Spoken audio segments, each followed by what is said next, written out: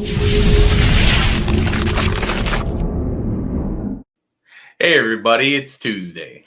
And welcome to this week's edition of Hook, Line, and Striker. I'm Josh. And I'm Emily. Thanks for being here with us tonight. Yeah. So we always kind of start out with a fishing report, an ice report. And in this case, where we are at, we're kind of on the border of northeast Wisconsin and central Wisconsin. But boy, did we get some weather this past week, and rain came down and really in some cases deteriorated the ice. So we went out this past weekend and we were searching around to see how it was. And there were some places where we just could not even get out to, and there was a few where maybe we could.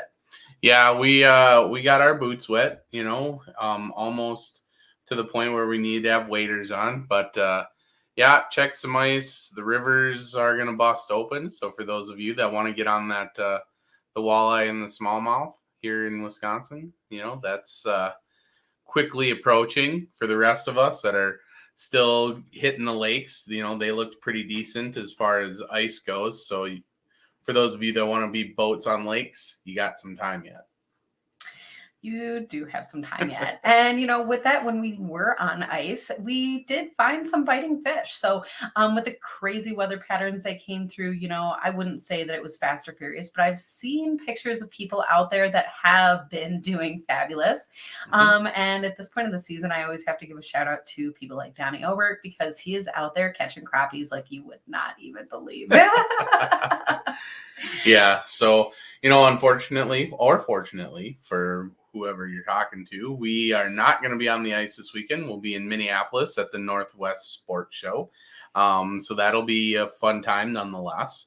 But for those of you out there in fishing land, let us know how you're doing, where you're doing it, because that's always fun to find out. Well, and I got to also say really quick, we have a few shout outs this week, I guess. So I don't normally do that.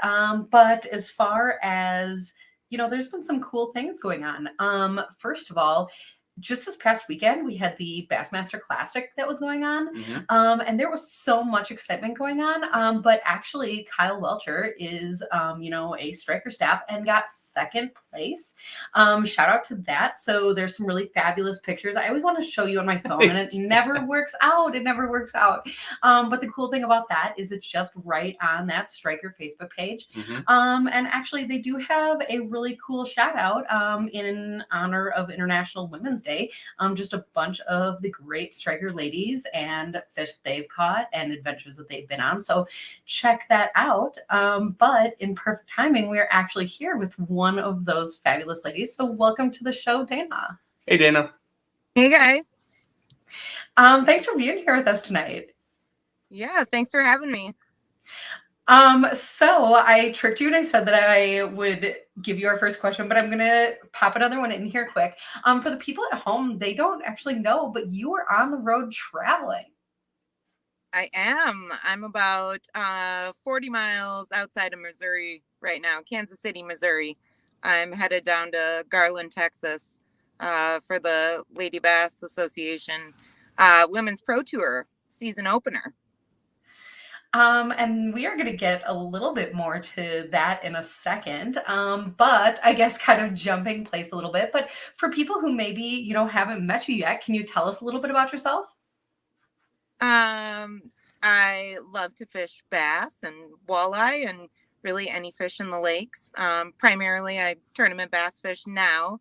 My first love was walleye fishing, though. I'm a flipper. I'll admit it. I love them all. I have 3 daughters that like to fish with me as well. But yeah, we spend a lot of time on the water. I work for my community hospital. I think we're finally to the other side of this pandemic business, hopefully, fingers crossed. So yeah, so that's just a little bit about me. That's actually really awesome that you have daughters that go fishing with you. And I also appreciate hearing, about your quote unquote real life. We talk to so many people, and, a lot of professional anglers, but so many of these people still have jobs and work in our community. So, so often we recognize your face from fishing and things like that. But so crazy to also hear kind of the other side of that story too. Yeah, definitely. So as for fishing, though, I guess tell us a little bit about the season that you have coming up. So currently I'm destination to Texas. We start out the Women's Pro Tour down on Lake Ray Hubbard. We'll start the tournament Thursday and Friday, so 2-day tournament. Individual weigh-ins, 2-day total is your goal. And then let's see, I'll come back home. I'll also fish the BFLs, the Great Lakes, as a co-angler this season. So I'll come back at the end of April. We start the BFL. I believe it's down on La Crosse. And then May, I'll go down to Louisiana and fish Cato Lake. And then I think June we'll be in Peel, Arkansas, fishing Bull Shoals. And that'll conclude the Women's Pro Tour. At the end of the last tournament, that'll be our wild card. And at the end of that, then the 15 Co's and the 15 pros that go to the championship will be set at that time. And then we'll know if we fish Logan Martin in October for the championship, which is a 3-day tournament. And then in between, I'll just fish a couple of the BFLs. I think I'm doing 4 of the 5 BFLs. And then I just some local tournaments, fun. There's a Women on Winnie tournament on Lake Winnebagosh that I've been participating in for about 5 years now. I do that every year. That's a multi-species tournament. I think what is it? Bass, walleye, pike, perch, and something else. So that all has its limits, per category. And yeah, so that's a ton of fun. And then I also fish with Loon State Bassmasters for the Bass Club. So we'll do 6 tournaments with that, 3 weekends. And then I'll also fish the Tournament of Champions, which will be held on, I think, Lahamadou this year. And that's the Minnesota State, Bass Nation Tournament of Champions. So I'll be busy fishing. So that's actually perfect because there's a lot of people out there that are agreeing with you. They are getting ready for open water and all of that. And so I guess as somebody who's traveling around and always hitting different bodies of water, how do you set yourself up? Like tackle or whatever? What are you setting up to be successful? So kind of in my adventure of starting to fish down south, I want everybody says you can't fish the south like you can fish the north. And I kind of wanted to prove that untrue, I guess you could say. So I go down south and I fish the south north. No different if I was going out on a Minnesota lake. I have my favorites and my strengths, about 2 or 3 that I'll throw all the time. And, I love fishing the Pro Tour and everybody wants to win. But a lot of it to me is being able to prove that you can do that.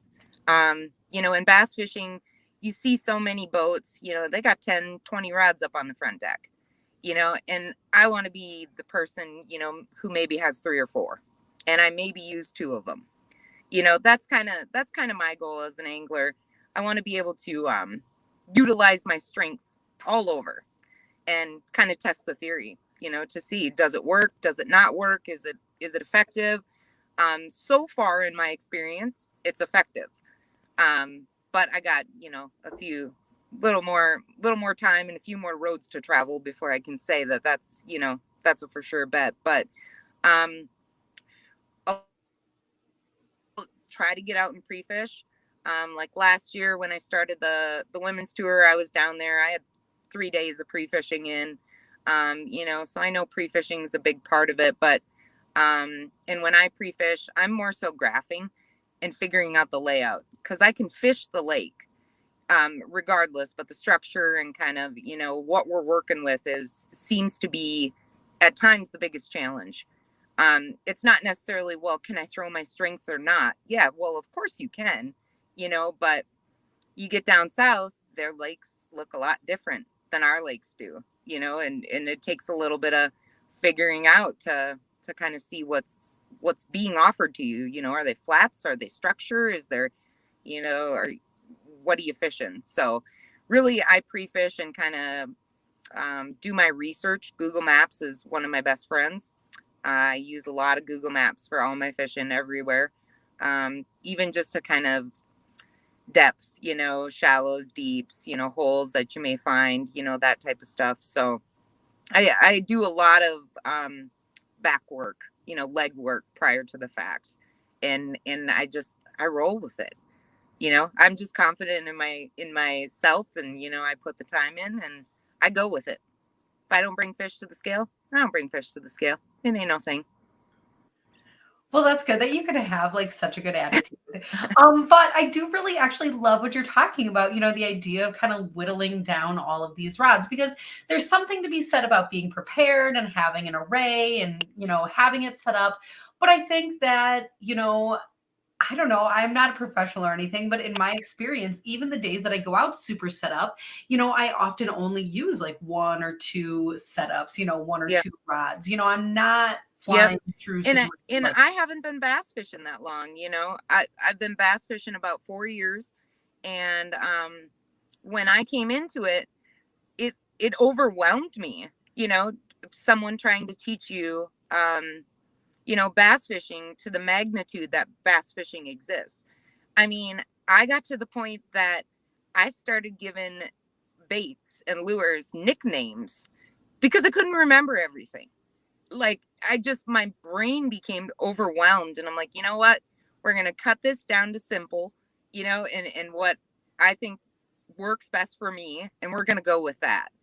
Like, Mega Bass makes that little dark sleeper, that little, I call him a guppy. I don't even remember its name half the time. I'm like, I love throwing that little guppy. People are like, what are you talking about? I'm like, oh, okay. It's a dark sleeper. Sorry. But I just, I have fun with it. I enjoy it. I enjoy the challenge for myself. Am I going to go out and win, the Bassmaster Classic? Probably not. And maybe. That's totally okay with me. But I'm one of those people that once I set my mind to it, I'm going to do it. You just can't really change much of it. So. Well, and here's another thing, for whittling baits down, and everyone has their favorite and their go-to. Jessica's checking in saying purple Senkos. I mean, that's the thing, is everybody has that confidence bait, and there's something to be said about the way that you fish as an angler when you have the confidence bait in your hand. Yep. So whatever that is for you, go for it. Absolutely. And, I come from walleye fishing, so the finesse side of bass fishing is my go-to. That's my jam. And I figured out I can rock that. It doesn't, sometimes it's a challenge because, when they got the trolling motor cranked up to 10 and you're, hauling butt across the lake with the trolling motor, it can be challenging, but you just adjust and, you figure it out from there. But, I've had some pretty good teachers and, some old dogs that have been in the game a really long time, take me out and, teach me these skills and show me these skills. Some of our older guys that are, up in their 70s, and they're like, if we don't teach it to somebody, nobody's going to know it. And, those little things, I take pride in that, and I honor that and appreciate that people are willing to teach me that stuff. And even after the fact, I keep working it. I keep working the stuff that they teach me, and, is it true? Does it work? And so far it's proven true. I mean, so I stick to it. I'm so particular, I know like down south, they throw a lot of spinner baits, and, up north we throw a lot of crankbaits or chatterbaits. And I try it and I'm like, I can't catch fish with this. I just let me just catch my fish here. Hold on. But yeah, but I think that's a really great point, learning from the other people that are out there, because no matter what their age, there is a lot of new people in this sport. And so it's super important, first of all, to not judge the other people out there, because you never know what they do or don't know. So don't be afraid to share your knowledge as well. Especially ice fishing is a perfect time to, get together with people. But even in the boat, like you're saying, some of these older tactics, old methods, or just tips that these older generations are doing, we don't want to lose some of those ideas, because even if they stopped working for a while, those things always kind of come back around. Mm-hmm. Yeah. And I've fished a ton of the back of the boat, so I've really gotten to learn from a lot of really great anglers, and I've got to experience it. And I've had people call me after a tournament and say, what color do you throw?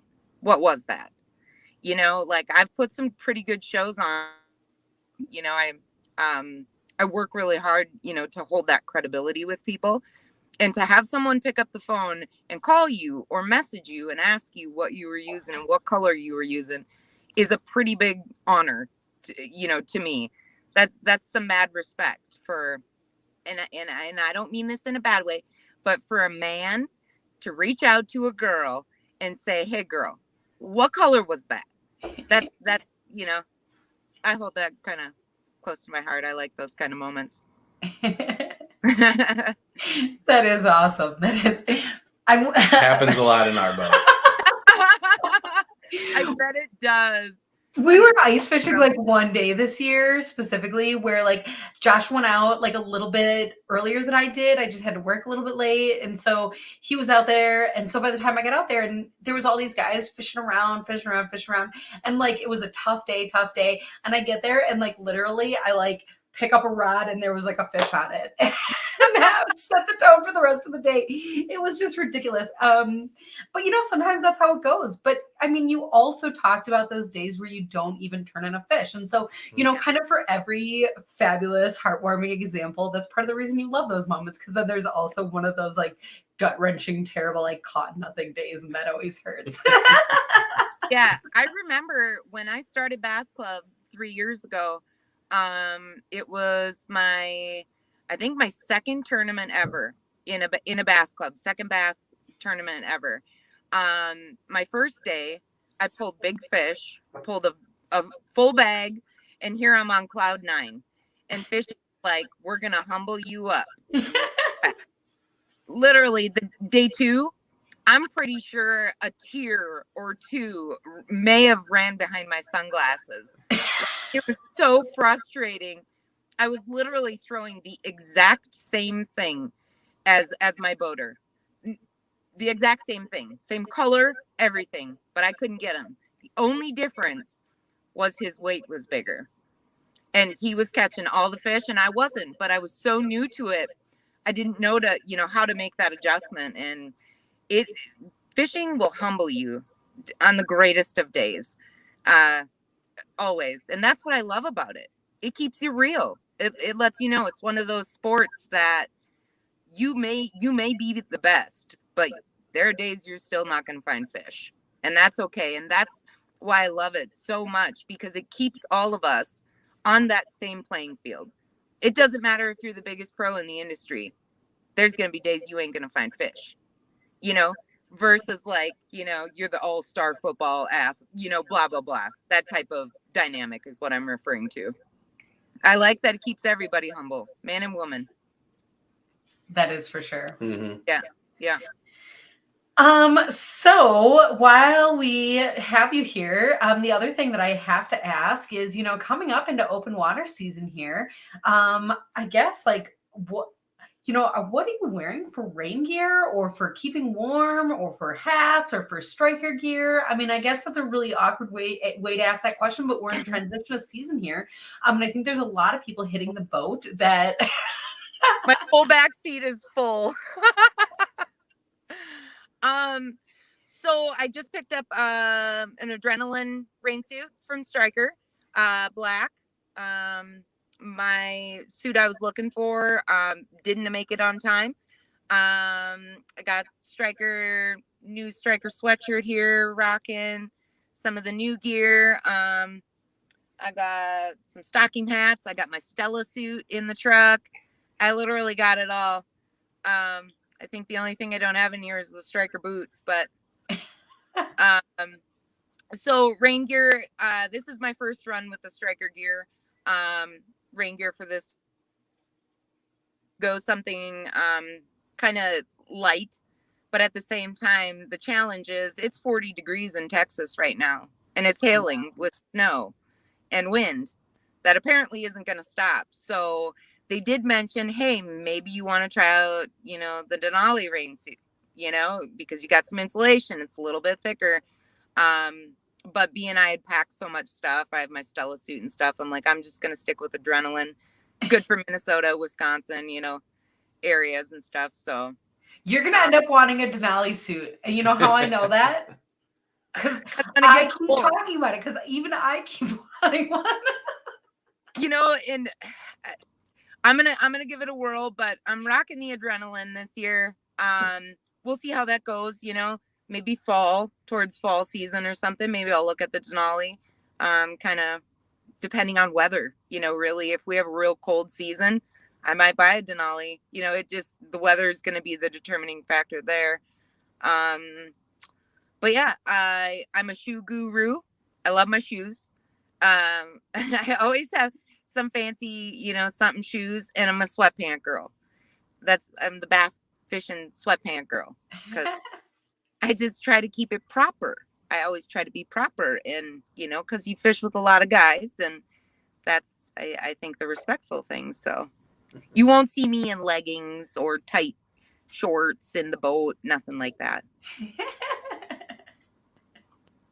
That's awesome.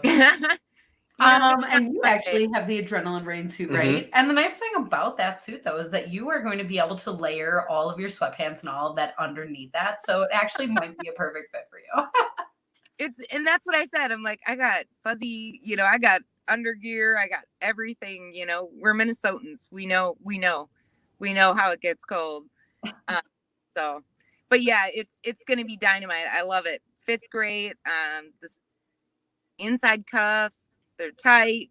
You can latch them, cinch them down so you don't get any water in your sleeve. That was my biggest thing. I was down in Arkansas in December, and I was soaked. It torrential downpoured, and within the first hour and a half, 2 hours, I was wearing my 100-mile-per-hour gear at that time, but I was drenched. And within 4 hours, 5 hours, I think we called it and went in.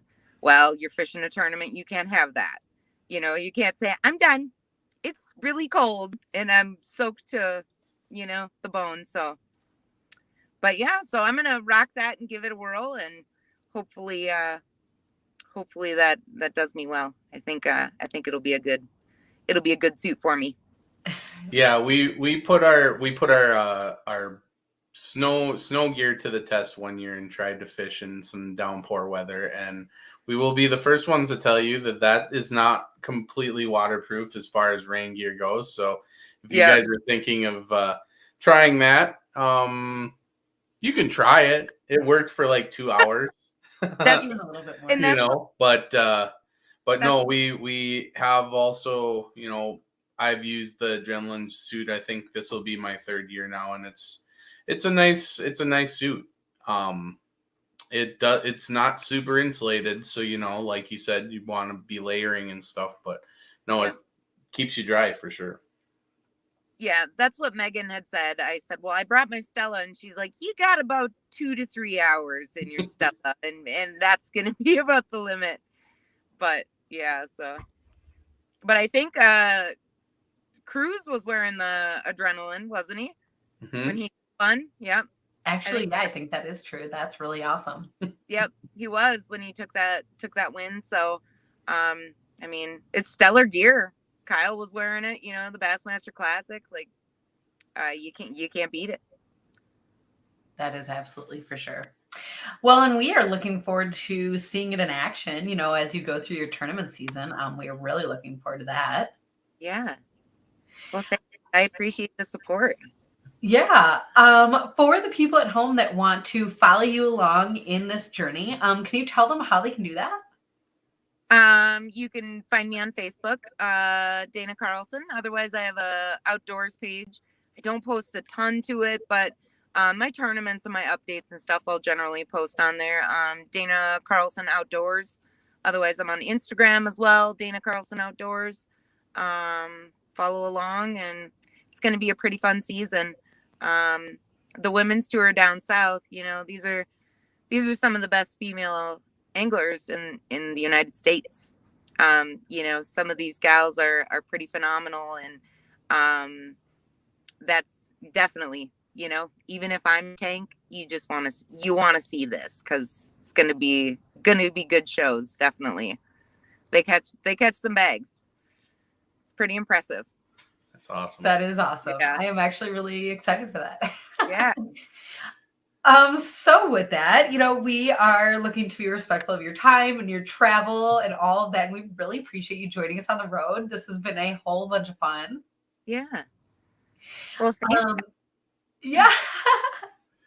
And to the people at home, thank you guys for joining us as well, because it is always fun to, you know, hear your comments and questions and input and things along the way. And to anybody who's going to be around the Minnesota area, come and join us and a few other people from the Striker show at Striker at what's the show? The Northwest Sports Show. There we go. We'll be at the Reed's booth just across from Berkeley and Northland Tackle. Awesome. So I should be back Saturday. I'm gonna try and make a stop there on my way up. So I'm gonna try and get in there to see all you guys and take a walk through there. That's always a ton of fun. That's Perfect. actually awesome. I'm really looking forward to that. Yeah. Cool. So with that, we're looking forward to seeing you guys hopefully at that show. Night, everybody.